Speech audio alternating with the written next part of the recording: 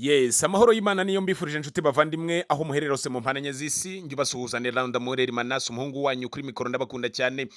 Moto zikoresha lisansi zigiye kuba amateka mu mujyi wa Kigali. Minisiteri y'ibikorwa remezo yamaze gutangaza ko guverinoma y'u Rwanda izahagarika bya burundu gutanga ibyangombwa kuri moto zinywa lisansi yakire gusa izikoresha amashanyarazi. Himakazwe ihame ryo gutwara abantu n'ibintu mu buryo butangiza ibidukikije cyane cyane kugabanya imyuka ihumanya ikirere. Muri Gicurasi 2019 moto zikoresha amashanyarazi zatangiye imirimo yo gutwara abagenzi mu Rwanda. Hakaba ari naho iyi serivisi yari itangiriye mu isi hose muri rusange. Ni umushinga mugari aho biteganyijwe ko izi moto zikoresha amashanyarazi zizasimbura burundu izikoresha lisansi bitarenze mu itangiriro z'umwaka utaha wa 2025 nk'uko byemejwe na Minisiteri y'ibikorwa remezo mu rwego rwo kugabanya imyuka ihumanya ikirere no kwirinda ingaruka z'imihindagurikire y'ibihe. Kugira ngo izi moto zigende zikoresha batiri ikoreshwa hagati y'ibirometero 65 na 70, ubundi ukajya guhinduza kuri sitasiyo zabugenewe ziri hantu hatandukanye cyangwa se hanyuranye mu mujyi wa Kigali, arizo iya Rwandex, Nyabugogo na Kimironko, ndetse hakaba ari n'ahandi hari kugenda mu by'ukuri higwaho ko hashyirwa izi serivisi cyangwa se izi batiri. Ibijyanye no kutangiza ikirere, hagaragajwe ko izi moto ari igisubizo kirambye.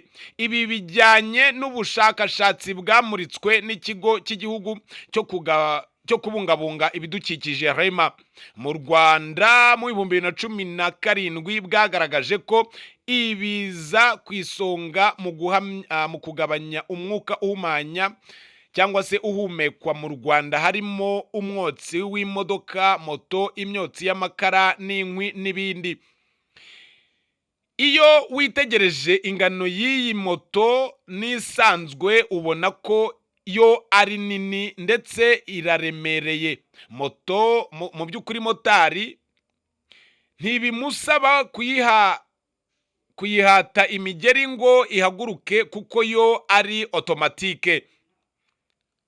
Uretse kubona ko urimo uva ahantu hamwe werekeza ahandi, ntushobora kumva ijwi rihinda rituruka muri moteri cyangwa mu gusohora umwotsi nk'uko tubizi kuri moto abenshi bamenye nka 75 cyangwa se Galaxy. Abantu benshi bakomeje kugenda bavuga yuko mu by'ukuri bahangayikishijwe no kubura moto za moteri, ariko ahisi iri kugenda yerekeza uri kubona yuko mu by'ukuri ibintu byose bigomba kugenda ndetse mu buryo bumwe. Umwaka ushize wa 2023 u Rwanda rwari rwihaye intego yo kugera kuri moto zikoresha amashanyarazi 2500 mu gihe biteganyijwe ko uyu mwaka ugomba kurangira zimaze kurenga 10,000. Mu mwaka w'ibihumbi 2020 Minisiteri y'Ubuzima mu Rwanda yagaragaje ko buri mwaka mu mavuriro hakirwa miliyoni 3 z'abivuza indwara z'ubuhumekero, barimo 13% bazitewe n'ihumana ry'ikirere. Ikigo cy'igihugu gishinzwe kubungabunga ibidukikije REMA kivuga ko u Rwanda rufite intego y'igihe kirekire yo kubungabunga ikirere ndetse yo kuba igihugu kitohereza imyuka ihumanya ikirere nk'uko bigaragara mu cyerekezo 2050. U Rwanda kandi rufite intego y'uko kugeza mu mwaka w'ibihumbi 2030 ruzaba rwaragabanyije ku gipimo cya 38% imyuka ihumanya ikirere yoherezwa mu kirere. Ibinyabiziga bikoresha amashanyarazi ni kimwe mu bizifashishwa kugera kuri iyo ntego. Mu by'ukuri abamotari bakomeje kugenda bavuga bati ese ubu ko twashoye imari tukaba twarashoye imari mu by'ukuri muri moto zinywa ama essence, ubu koko bizagenda gute? Kuri iki leta yemeye ko mu by'ukuri moto zikoresha essence zikomeza gucuruzwa ikaba igiye guhombya abantu bene aka kageni.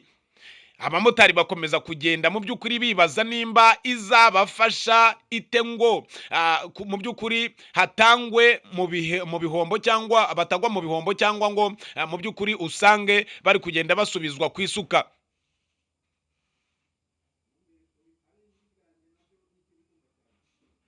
Mu by'ukuri ibintu byakomeje kugenda biyobera abantu cyane, ndetse bigakomeza no kugenda bibabera urujijo, ari nayo mpamvu dufashe uyu mwanya kugira ngo tuze tubamareho urujijo. Mu by'ukuri abamotari bamaze kwizezwa yuko moto zabo zikoresha esanse zari zisanzwe zikora uyu mwuga wo gutwara abantu, mu by'ukuri zizakomeza gukora zigahabwa ibyangombwa, ariko hakaba nyine mu by'ukuri hari kumvikana yuko hagomba no kunozwa uburyo bazajya mu by'ukuri batanga imisoro, cyangwa se uburyo bagiye batanga imisoro. Abafite amadeni moto zabo zajya zifatwa zikajyanwa mu cyamunara, ubwo iyo moto ikazajya iba irangije akazi kayo ko gutwara abantu n'ibintu, kuko izajya iba mu by'ukuri igiye gufata ikindi cyangombwa.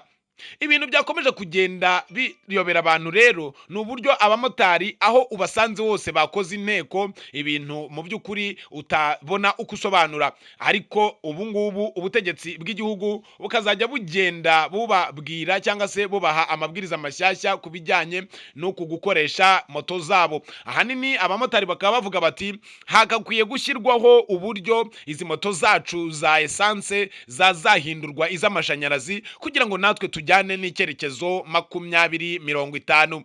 U Rwanda rukaba rero rukomeje kuba igihugu cya mbere ku isi kiri kugenda mu by'ukuri kigaragaza ubushake ndetse n'ubushishozi buhambaye cyane mu bijyanye no gukomeza kugenda bashyiraho ingamba zo kugabanya imyuka ihumanya ikirere ndetse n'ihindagurika ry'ibihe. Abantu benshi rero ntago bagenda basobanukirwa iyo hafashwe ingamba nk'izi ngizi ikintu kiba cyagendeweho.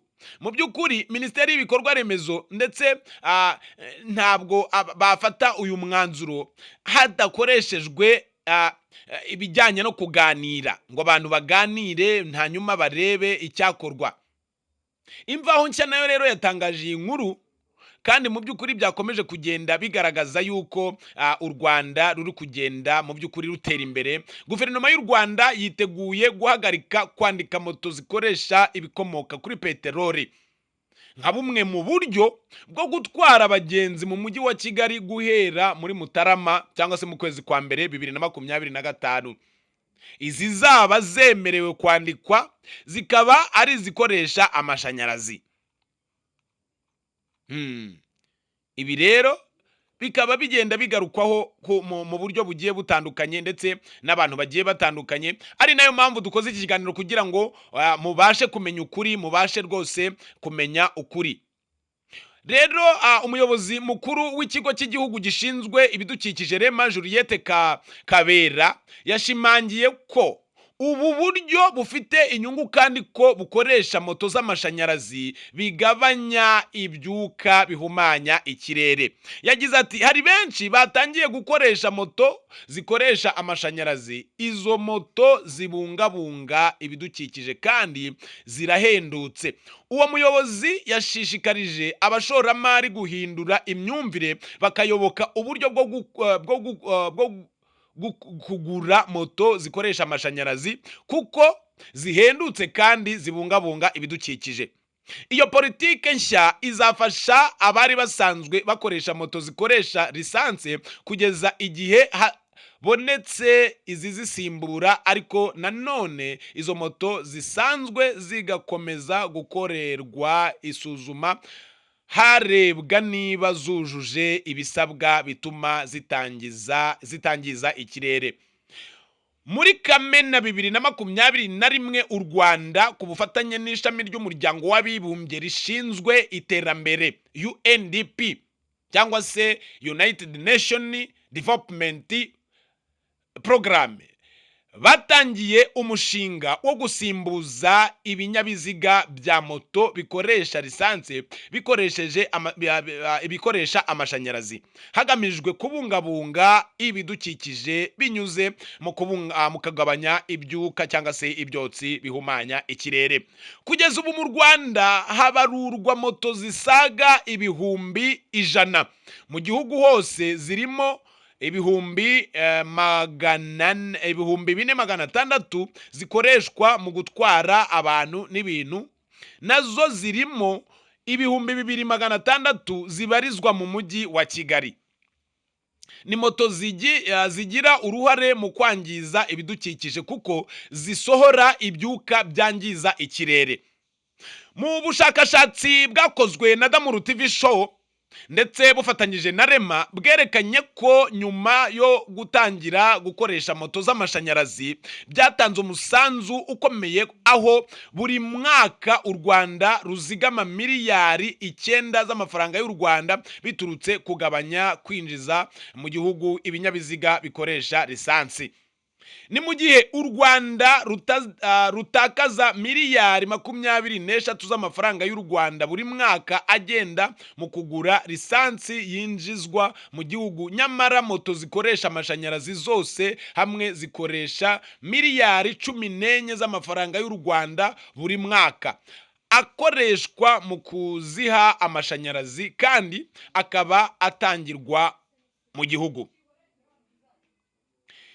I Kigali habarurwa 20% by'abakora ingendo batega moto zikoresha lisansi, bikaba imbogamizi ikomeye mu gusohora ibyuka bihumanya ikirere kandi bikazangiza ibidukikije. U Rwanda rwihaye intego ko muri 2030 ruzaba rwagabanyije ibyuka bihumanya ikirere 38% nk'uko nabibabwiye haruguru, binyuze mu gushyiraho politike yo kugabanyiriza imisoro abikorera bakora ibikorwa byimakaza kubungabunga ibidukikije.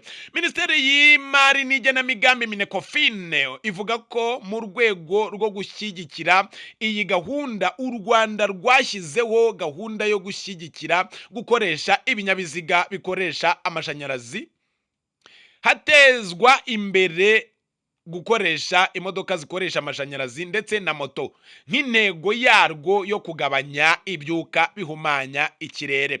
Nshuti bavandimwe rero mudukurikiye mu mpande enye z'isi, reka mbabwire mukomeze mukore subscribe kugira ngo mujye mwibonera ibiganiro byacu ndetse n'amakuru agezweho haba mu Rwanda ndetse no mu mahanga. Turabakunda cyane nshuti bavandimwe, nimukomeze mudukurikire ntabwo muzigera muhomba. I love you so much. Bye bye. We love life, we live because we live life, we love. Bye bye. We love you so much.